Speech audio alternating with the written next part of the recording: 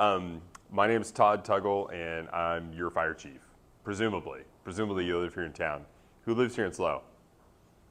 Yeah, so I'm your fire chief. So nice to be here with you all this evening. We're going to go through a presentation on Ready, Set, Go, which, under the, we live in this wonderful, beautiful space. We look out in the greenery around us. And this is a presentation about being prepared for the eventuality of a wildland fire in our community at some point. So who we have here today, so you know me. We've got our fire marshal, Roger Maggio, and then our emergency manager, James Blattler. We'll all present a different piece of it, and then I'll wrap up with the go part of it, which is if we have something and you actually need to evacuate. We'll finish up with that, and then we'll have the questions at the end. So I see everybody, I see quite a few people with a pen, and I see some paper out there. If you have questions, really encourage you, write them down. Remember those questions. There's a really good chance we're going to cover your question in the presentation. If we don't, at the very end, we'll have probably 30 minutes or as long as we need to answer your questions. So please save your questions for the end, and we'll go ahead and get started. So we're going to talk, this is kind of the framework for what's going to happen tonight. So California's fire problem. How many are California natives, or at least spent a lot of time here? Okay, so we're all pretty familiar with kind of California and fire. And if anybody's an ecologist in the room, any ecologists in the room? No? Nope, okay, moving on. We know that fire is a function in our environment. It's a necessary, it's a needed function. The difference is when we put houses in the way of that natural function, how does that work? And that's part of our symbiotic relationship that we have with fire. So, anybody know where this is? Can you all see that? Kind of, sort of, very faint. Maybe hit one light real quick. So this is a little community. How about that? A little better? Okay. Does anybody know where this is? Anybody? So I said no questions till the end, but comments are okay. Anybody know? It looks a lot like a community maybe on the northern part of the city. It's just your average community. It's actually up in Santa Rosa is actually where it is. This right here is Coffey Park. Does that name ring a bell to anybody? So this is a very standard community. Looks a lot like Highland Foothill neighborhood up here in northern part of San Luis Obispo. Single family residence, built back in the 70s, 80s. Lots of 3-2s, maybe 1,500 square feet. Kind of sound familiar. Very, obviously grid pattern. You'll notice this is not the wildland, though. This is a community. This is a neighborhood. This is not the WUI or wildland urban interface. This is just a neighborhood. And this is the same neighborhood. So where there used to be homes, there's not homes anymore. Those homes were destroyed.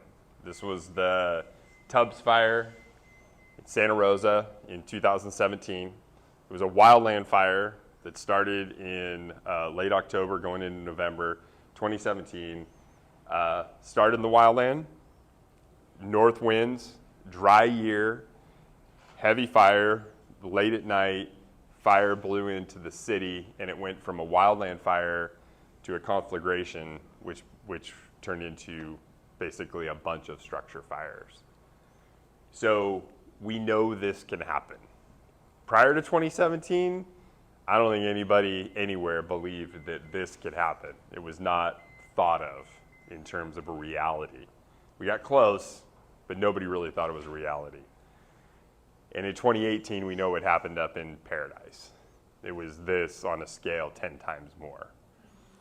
So the reason we talk about this is because of the factors involved with wildland fire. So we've got climate change that's happening. The communities, the climate is changing. It's getting warmer, longer periods of time. Fuels are drying out, and wildland fire is a reality in our world. Now, coming on the heels of a very wet winter, when we were tempted to say, well, the drought's over, things have changed, it's okay, we're out of it. And the reality is, what has happened this winter, one winter, is we've watched the fuels grow out there. We've watched the grass grow from this high to that high, so now we just have a lot more fuel. If we lived up in the Sierra and we were still in the snow, we could probably say we might be able to take a break from this year.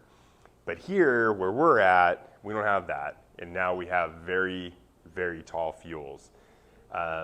So the factors are changing. But this is not, I say all that, but this is not an eventuality. This doesn't necessarily have to be the case. This is an example of kind of a worst case scenario. This is an example of 5 years ago, 6 years ago, what we never in a million years in the fire world thought could happen, did happen. And then just when we thought it couldn't get any worse, it got worse the following year. But this doesn't have to be the truth. In our community, we've had fires. Does anybody remember the last big fire that came up over Reservoir Canyon and came down into the city? Was anybody here? Okay, so we have some memory. So it's in living memory that we know we have fire in our community. Anybody remember the name of the fire? Does it ring a bell? There was the 41 fire. There was another one that actually came up over Reservoir Canyon. It was, I believe it was the Corralitos fire. Does that ring a bell? Los Politas. Politas, sorry. How did I not know that? It's like the Hotel California song. Warm Politas in the air. Anyway, Los Politas fire, devastating fire, came down into the city, intrusion into the city, into the built environment, houses damaged and I believe destroyed by wildfire. So we have the potential, but again, we don't need to be here. So what we're here to talk about for you all today is the Ready, Set, Go program. And we have it broken up into 3 sets because the Ready, a lot of the Ready piece is how do we keep that from happening? And prevention being the key. If we can prevent this from happening, then the set and the go, we don't need that part, or we won't need it as much. So we're going to talk about the Ready, Set, Go tonight. We're going to break it up into 3 components. We're going to give you some really good tools. There's some phenomenal material in the back on how to get your place ready. And then we're going to talk about getting set, what's your plan look like, and then should the emergency actually happen, then what do? We go. And so we'll talk through that today. And you've got some really great minds here to speak in some good detail. And we'll work through that. And at the very end, at the end, we'll have questions. We'll have questions and answers for everybody. And with that, I'm going to pass it off to Roger Maggio, our fire marshal, to talk about getting your home and your property ready to go. Thank you, Chief. Yeah, my name is Roger Maggio. I'm the fire marshal with the City of San Luis Obispo. I'm here to talk about the ready portion. So as the Chief was explaining, fire is a natural occurrence in our ecosystem. And the ready part is how to prepare ourselves so this natural phenomenon does not become a human disaster. So wildfire is influenced by 3 things: weather, topography, and fuel. Well, we don't have a lot of influence over the weather or so much over the topography. What we can do is modify the fuel. So we talk about wildland fuels, talk about landscaping fuels, and we talk about your home. Unfortunately, a lot of our homes are built out of modified wildland fuels. So then how do we then protect that environment in our homes and our community? And the 3 ways that wildfire spreads is from ember storms, and these ember storms can go well in advance of the fire front, up to a mile and a half. We are a community at risk in an ember zone. We're surrounded by wildland where northeasterly winds can blow those into communities and start spot fires. So the other way is the radiant heat, and that's the heat waves that's projected from the fire front out to 100 feet can ignite home siding. And then there's direct flame impingement, where the fire actually comes onto your property and directly impinges onto your home. So when we talk about reducing exposure to your risk, the 3 things we looked at is hardening your home, your defensible space, and what I like to call survivable space, and then your fire smart landscaping, which all plays into that survivable space for your structures. We have local requirements and we have recommended best management practices. So some of the local requirements we have, in 2010 we passed that recognizing the city as a community at risk from wildfire and adopting home hardening for new structures citywide, not just on our outskirts, what we would consider the interface. And that's a term we use as interface. That's when our built environment meets up with the wildland environment. Other terms would be intermix. Some of you who may live in the outskirts of town, in some of the canyons or up at Tascadero, those are intermixed communities where the homes are interspread throughout the wildland areas. And then we have our urban environment, which is most of our community, but still within the Ember Zone. In the areas that are in red, the state has mapped as local very high fire severity, and they have increased standards for construction. When we talk to home hardening, some of the most vulnerable parts of your home are actually your attic. And when we talk about attic, we talk about your roof covering, your eaves, your attic venting. Subfloor venting is another vulnerable point in your home. Other issues we look at, again, we talk about your home being built out of forest products, is your siding. As I explained earlier, if you're within 100 feet of unmanaged wildland, that radiant heat can ignite wooden siding on your home.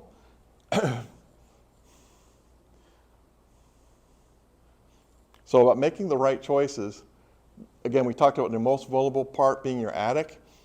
We create attic venting so you don't get moisture buildup in your attic that creates rot, but that creates a negative pressure that can actually suck embers right into your attic and ignite your home.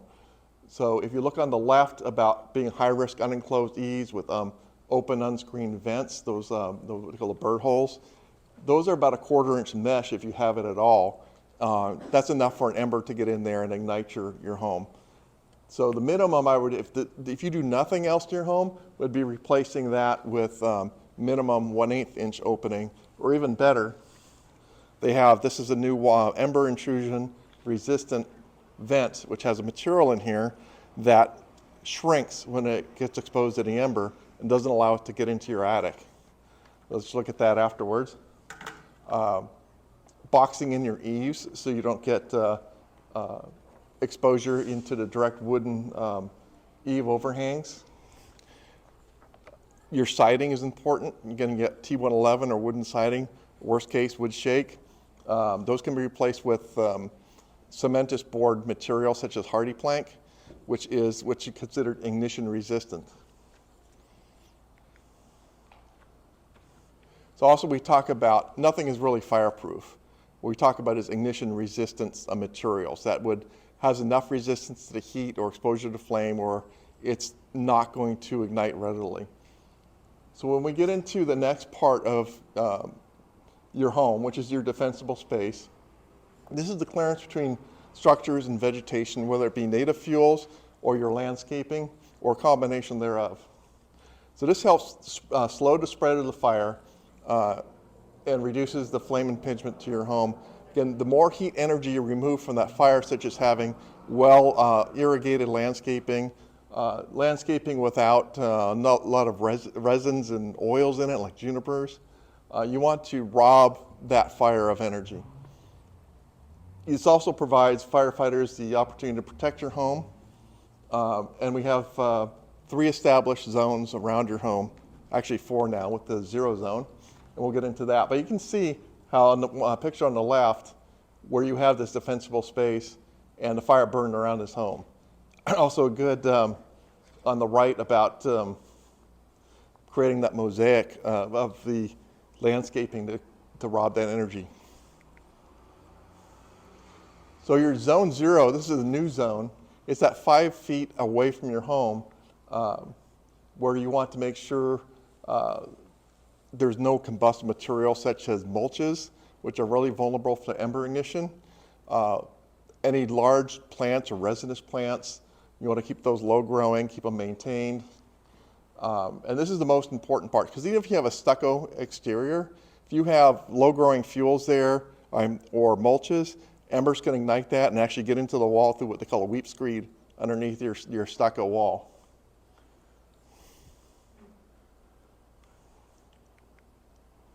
So in your zone 0, again, use hardscape as much as possible and don't use the combustible bark or mulch. Hardscape can also be pebbles or rocks to keep the moisture in your soil. Limit combustible items like outdoor furniture on your decks away from that 5 feet zone. And limit your plants to low growing plants and make sure the woody dead material doesn't remain there and build up. And relocate any wood piles you have next to your house into what they call zone 2, and we'll get to zone 2 in a little bit. Again, removing all your dead vegetation, dry leaves from the yard, the roof, your rain gutters. Rain gutters are particularly important because they can collect those embers. And then any branches that overhang within 10 feet of any chimney or stovepipe. Zone 1 is what we call the lean, clean, and green zone. And this extends out to 30 feet in what we used to call the defensible space. This area at 30 feet was designed to give the firefighters a fighting chance to protect your home from wildfire or vice versa, the wildland from a fire that may be in your home. So this is an area where you can trim and thin your trees, keeping them spaced at least 10 feet, your canopies 10 feet apart. Trim up from the bottom up, prune them up to 6 to 10 feet above the ground. If you have any more low-growing bushes, to make sure they're spaced out so they don't become ladder fields, where a fire can go from the bush to the tree to your home. And again, any wood piles in that zone also move out to zone 2. Again, remove your dead and dying vegetation, remove ladder fuels, and anything catch on fire under decks, balconies, and stairs. So you don't want any storage underneath your deck or balcony. So we get into our zone 2, and this zone was created about 20 years ago out to 100 feet after research was shown that a wildland fire, the radiant heat can actually ignite your home siding within that 100 feet. So there was extension of your, quote, defensible space zone out to 100 feet, which I called more the survivable zone. And this is, again, removing your ladder fuels, thinning, pruning trees and bush and brush, making sure your grass, the native grasses are cut down to 4 inches or less, and create that space between the grass, shrubs, and trees, creating what they call that mosaic pattern. Any exposed wood piles, you want to put them out into this zone and then clear 10 foot around on the bare mineral soil to grub it out. This is your extended zone. You may not see a lot of this out in the city limits itself, but when you move out to the outskirts into the more rural areas, you're going to have larger lots. This is very important if your home is on top of a hill. You're going to need to cut more than 100 feet because fire is going to travel faster and your flame lengths are going to be longer traveling uphill. That's because the flame front actually preheats the fuel in front of it. So you're going to have a more erratic fire behavior. So this extends out more than 100 feet. You want to continue to thin and trim your vegetation in this area to create what we call a fuel modification, a fuel transition zone. Again, robbing that wildland fire of its energy as it approaches your home.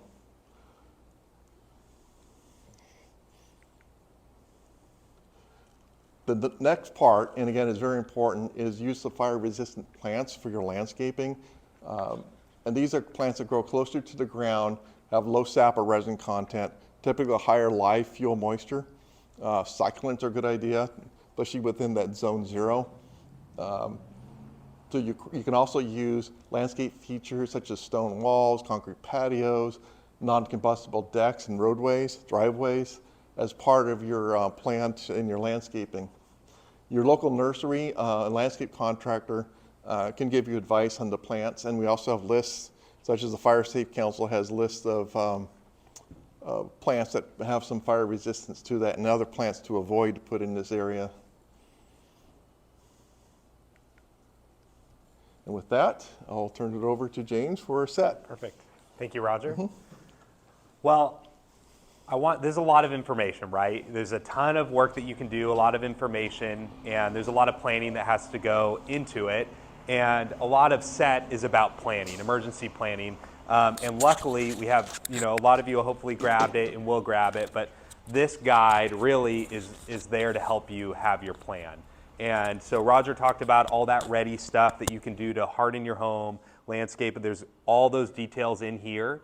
And as we move into SET, there's going to be some really good checklists, really good items on what you're wanting to consider. We'll talk about what we're going to go through right here, but emergency action plan and communication plan, it has information here that you can just fill out. So that way you already have it right here. So grabbing this is a great resource. You can also do your own thing, but just keep in mind that this is here. If you forget about things, it's really a helpful resource.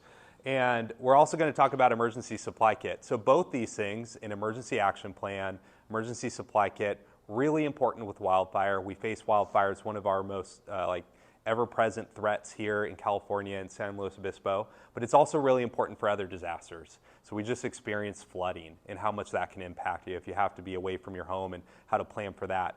We live in California. We see earthquakes. We know that there's going to be another big earthquake. We don't know exactly when or where, but we know that there will be another big one in California in relatively near future is what the experts say. So we're going to talk about that, and we're also going to talk about some other considerations, pretty specific to wildfire, but is helpful in general. So starting off, getting set, and this is all about your household, whether it's your family that you're living with or have roommates. It's all about having your household set, and in this case for wildfire. So there's a number of things that you can do to help get set, and that emergency action plan is all about knowing what you're going to do when you have to leave, evacuation planning, knowing how you're going to talk with your loved ones, because communication during emergencies is extremely difficult. You're stressed out. Maybe the utilities have been disrupted. The cell phone coverage might not be as good. There's a lot more people making phone calls because they're trying to get a hold of their loved ones. And so having a communication plan to go with that and how to get in contact with each other is really important. Another big thing that people kind of don't put a ton of time into thinking are about pets during evacuations and emergencies. Pets are a lot of times part of the family, and unfortunately it becomes one of the most difficult things to manage during an emergency because the pets get really scared and spooked, and especially dogs and cats might run away. And imagine worrying about that wildfire coming, you're thinking about having to leave, and now you're looking for a loved one and your pet. And so having a plan in place and knowing that, okay, if there is an emergency, if there is a wildfire that I know is out there and I might have to leave, having a plan on, okay, I've got some place to corral my animal, put them in a place where I know that they're going to be safe, so that way when it's time to go, that you're going to grab them. Now, if you have large animals, which not a lot of people in San Luis Obispo have large animals, but you might, and if you're somebody who doesn't live in San Luis Obispo, lives out in the other areas, it's really important to plan for that, because imagine how long that adds on to having to evacuate. So luckily we've got a really great resource in our county. It's called Slow Heat. I believe it's the Horse Emergency Evacuation Team. They're very active during wildfires here in this county. And so you can actually contact them ahead of time. We've got information about them in here too, but you can just get on the internet and search Slow Heat, H-E-E-T. And what you can do is basically register your animals with them. And so that way they know if there's a fire in a certain area, they can get in contact with you to see if you need assistance in evacuating those animals. Some really important things to do, which, that fire started, Chief Tuggle's going to talk about that in a little bit, on steps that you can take after that fire started and how to prepare your home outside and inside before you go.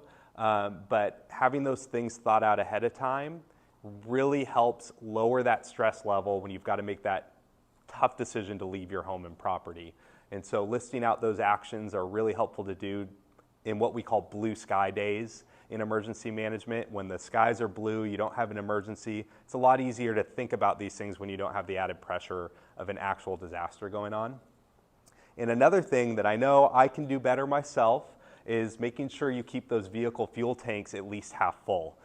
Because I know you get busy and you're like, oh, I'll get gas tomorrow, or I'll get fuel tomorrow, and all of a sudden that emergency hits and you've got to evacuate and you're on an empty tank. Well, there's probably a lot of other people that are in that same boat, and it might be very difficult to fill up your tank on a rapid basis, and you might not even have time because of the hazard.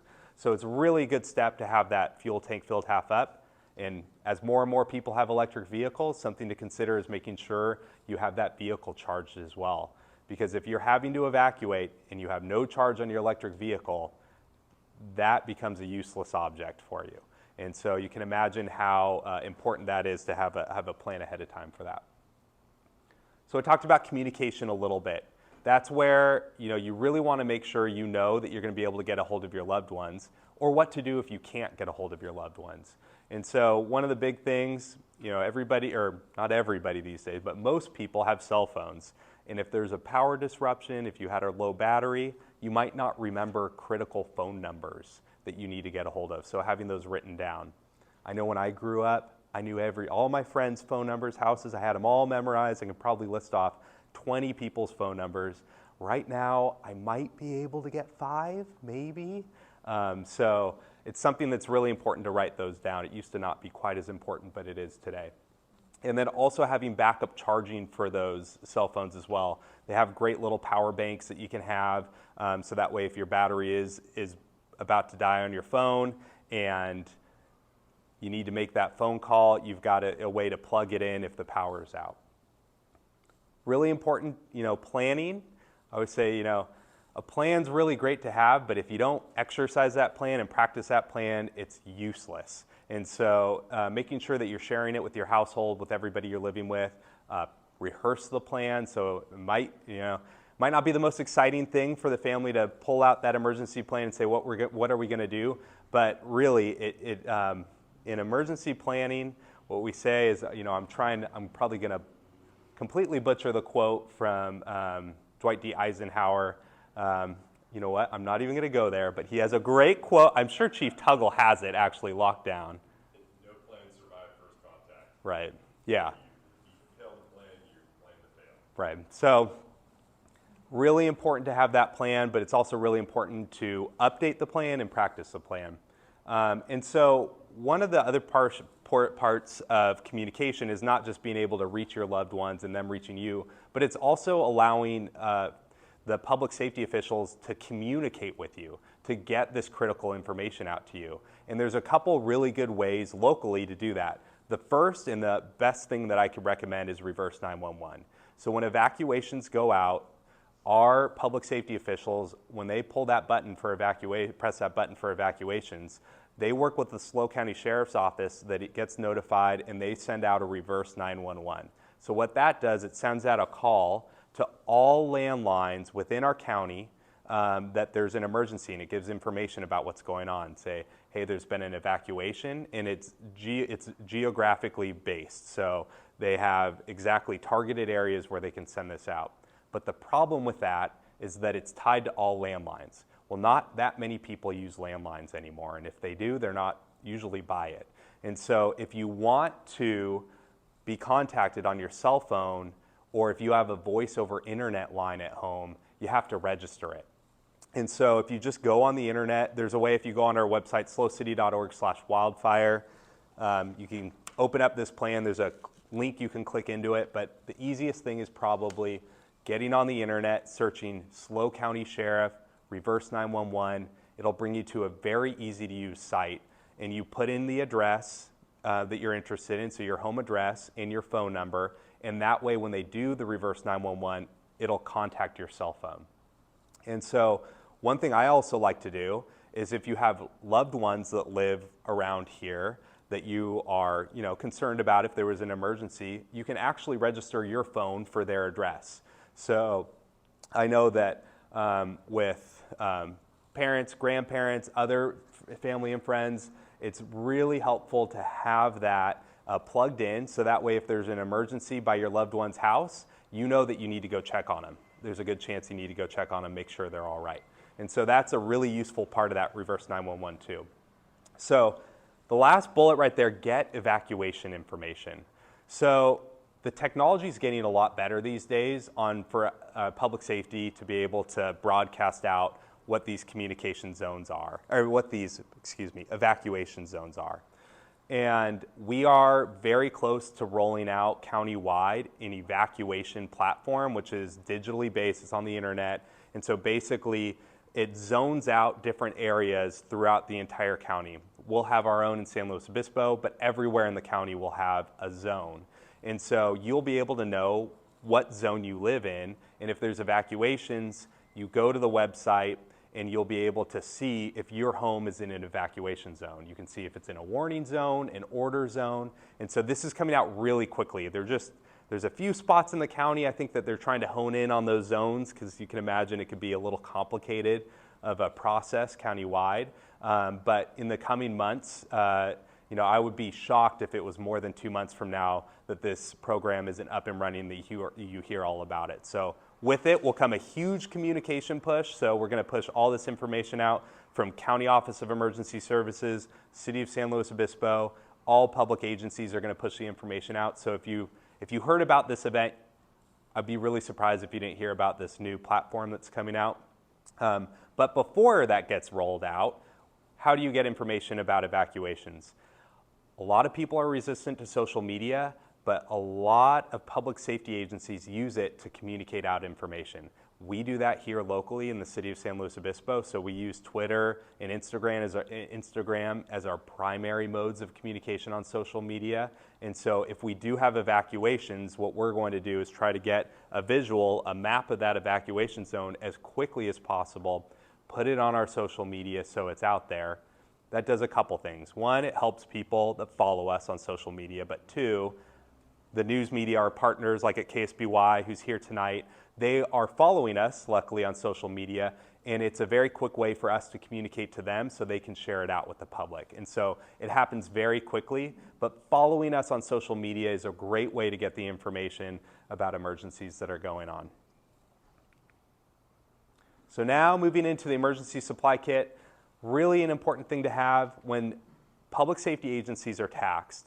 It's going to take at least 3 days during a major disaster for really the world to come in and stand us back up. And so that's why you hear that 72 hours as a number on wanting to plan for at least being self-sufficient for that long. And so another added aspect of it we'll talk about in a second is the public safety power shutoffs, where we can have extended periods of power outages. But you really want at least 3 days worth of essential supplies. So that way, by the time you exhaust those supplies, that's when you're going to have a lot more of that mutual aid resources that come in, a much stronger force of potentially Red Cross, a lot of those other aiding agencies that are up and running and able to help you. So it's really bridging that gap before those resources show up. Here's a great list. I won't go bullet by bullet on the things that you need, but a good thing to think about with water, you basically a gallon per person per day. So if you're planning for your household, you want at least 3 gallons per person.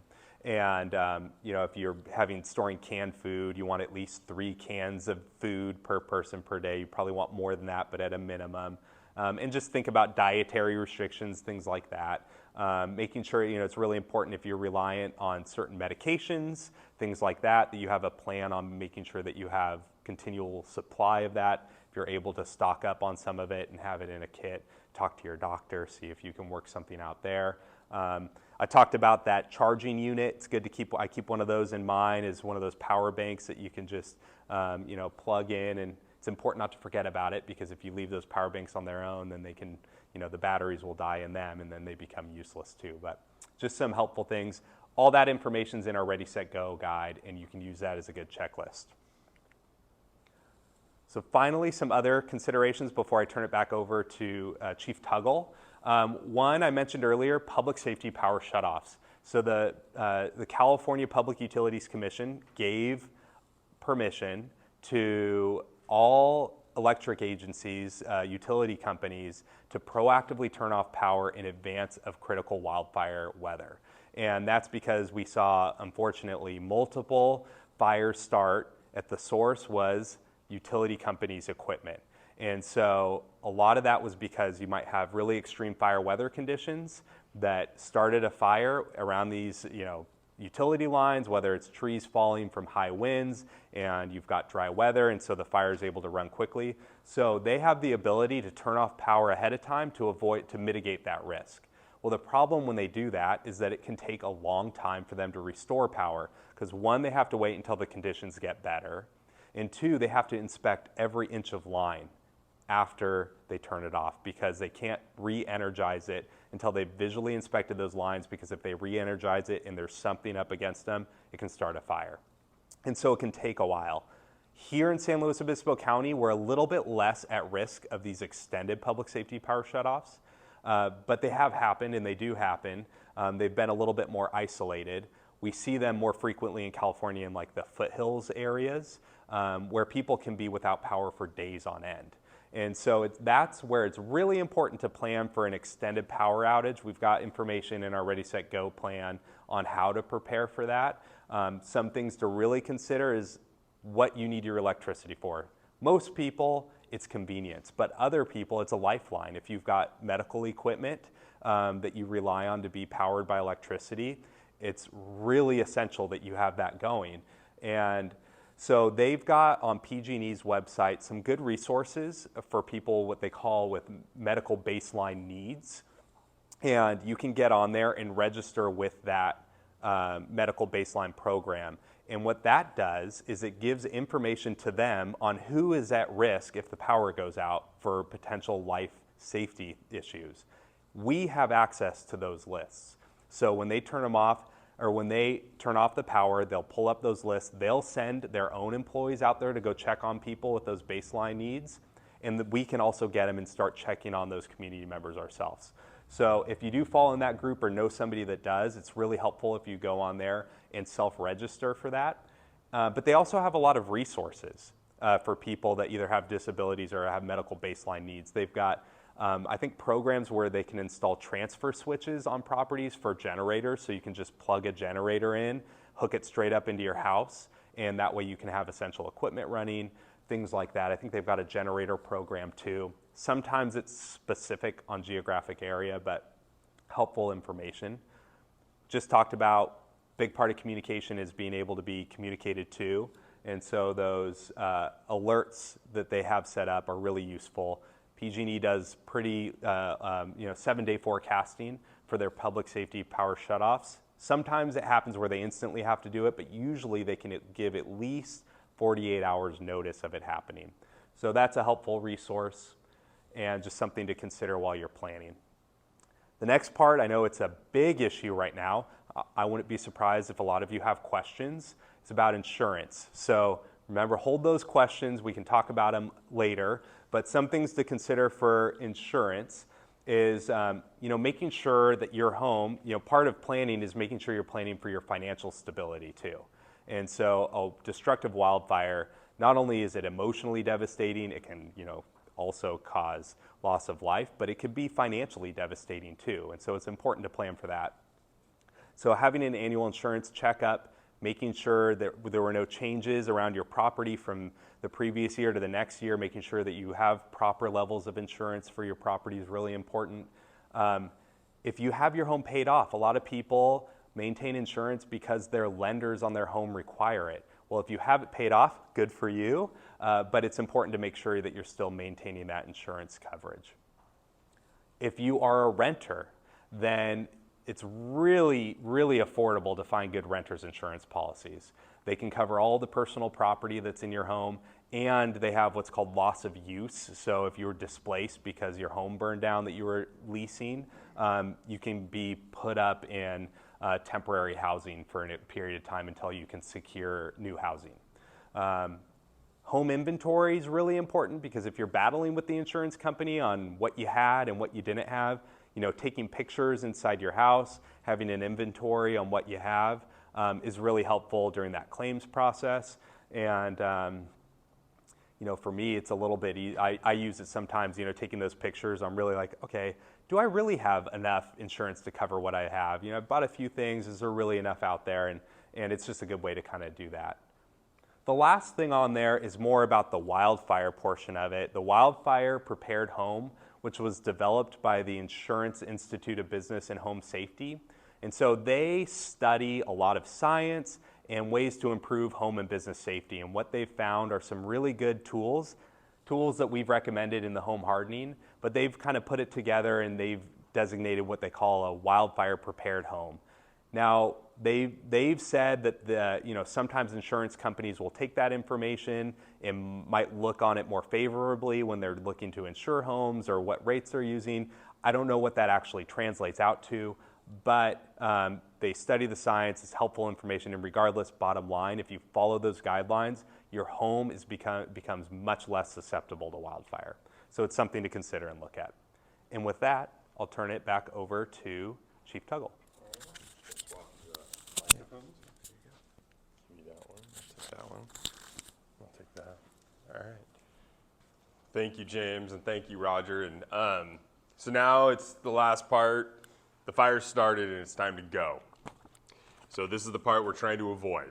We've gotten ready. We've tried to get our home ready, and everything we've done, we're prepared for this moment. And so now it's go time. So we're going to cover just really briefly what that looks like if or when that time comes when we need to evacuate. So there's a fire nearby, and the systems are activated. You'll be pretty sure that there's a fire going on. It's going to be warm. It's probably going to be a little windy. You might smell smoke. You're going to hear the sirens. You'll have a pretty good idea that the fire's here. And so what we're making sure of is now you got to activate the plan that you set. All right, we talked about activating your communications plan.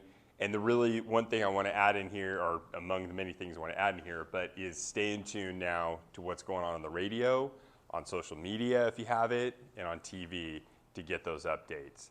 So it's that time. And I would reiterate this last piece is remaining calm when that happens. It's not going to be fun. It's not going to be easy, but staying calm and staying attuned to what's going on around you. All right. So we talked about the 6 Ps when we're going somewhere, or when it's time to evacuate. I don't have the same presentation. So people, pets, papers. So James talked about having that set portion. Is making sure you have your phone numbers, your important documents. All right. Driver's license. Anybody got a driver's license in your pocket right now? Yeah. Those kind of documents, social security cards, birth certificates.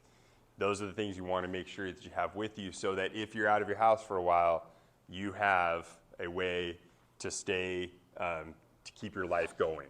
Okay, that's a really important piece. If you need to go to the Red Cross or FEMA or OES or something like that, one of those agencies that can help, it's important to have those documents with you.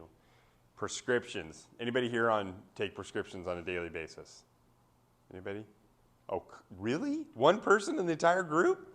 Come on. Okay, all right.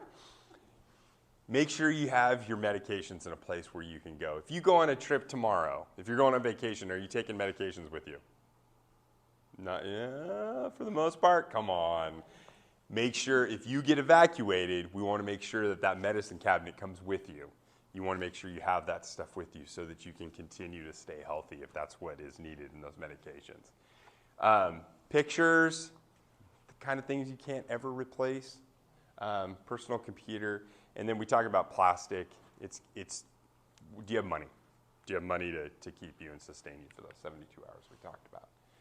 All right, so you review your evacuation plan. You've got your family and pets. You've got the 6 Ps. I want to really put a lot of emphasis on this. So, anybody here I noticed a couple canes walking in. When we talk about evacuation warning, we're talking about there is a fire that has the potential to impact our community. What we're assuming is that there's an amount of time between now, where the fire's at now, and when it is going to get to our community. And what we're working off of is that there is a certain amount of time available. If you have family, if you yourself have special needs, whether it's wheelchair, whether it's whatever that handicap or special need might be, you might need more time, or your family member might need more time to get to a safe place. When you hear that warning, that's your time to go. That's your time to, if it maybe takes you an hour to get moving, maybe that's when you want to look at getting going. Or you have a family member that needs to get going, or you have big pets like horses or llamas or donkeys, I don't know. That's your opportunity. That's not just your warning, that's the time where you really need to look at getting going. Evacuation order that is our directive to a community that we are saying this fire is going to hit our community. within a certain amount of time, we need everybody to go. We need everybody to evacuate. And I want to allay a couple of concerns with this. So one of the things that happens when an evacuation order happens is we come into the community as firefighters to come in and stop that fire. The other thing that happens is as we come in, we also have law enforcement with us. And so law enforcement is coming in to help us evacuate, to help us alert the people that maybe didn't catch the TV notice or the radio notice or didn't see the smell of smoke or whatever that might be, and they're going to come knock on doors too. But those law enforcement officers are going to stay, and they're going to secure that neighborhood so that we don't have anybody coming behind us when you all are evacuated and you've all left your homes and you've left your belongings. We're going to have law enforcement behind us, and they're going to keep track and keep that neighborhood secure. So I want to reiterate that, and as we're evacuating out of community, we're not just leaving it high and dry. We're staying there. All right. So we talked about travel routes. So keep in mind, there's not a ton of travel routes out of San Luis Obispo, right? We've got 101 to the north, 101 to the south, Los Osos, Highway 1, 227, and that's about it. But you and everybody else are going to be on those pathways as well. So just keep that in mind. That's why we talk about a warning and we talk about an order. So just keep in mind, we're all going to be going in the same direction. All right. Should you become trapped? It's kind of an awful thought to think about, but nonetheless, it's important to have a plan. And like James said earlier, if the first time you think about something is when the emergency happens, that's not the best recipe for success. So we talked about what happens if you get trapped in your house, remain calm. We talked about stay inside until that fire passes. One thing that Roger maybe mentioned, I might have been daydreaming in the moment, but typically the fire front, as the flames come up and hit an area, that is not usually what catches houses on fire. What usually catches houses on fire is the embers that get into the eaves or they get into the attic or they get into the mulch. And then as the fire front blows through a neighborhood, those things are there and they're festering and they're smoldering and then they catch into open flames. So if you stay inside your house as the flame front blows through a neighborhood and you come out after that happens and you start inspecting your home, you start inspecting the vegetation. That's if you get trapped. We're going to come in behind you and do the same thing exactly. And we're hoping you're not there so that we can come in and unfettered, we can come in and do what we do. Should you get trapped in your car, find a place that there's no vegetation. Find a place, a road, a clearing, an opening. And if you have to stop, you have to stop.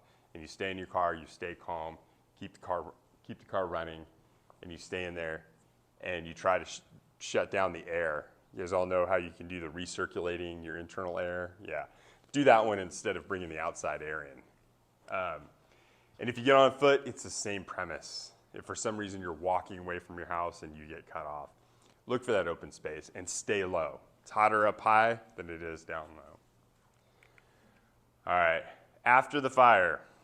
So a little bit self-explanatory, and there's a lot of really good material in the Ready, Set, Go guide, but essentially this is where you come back and you start to look at the damage.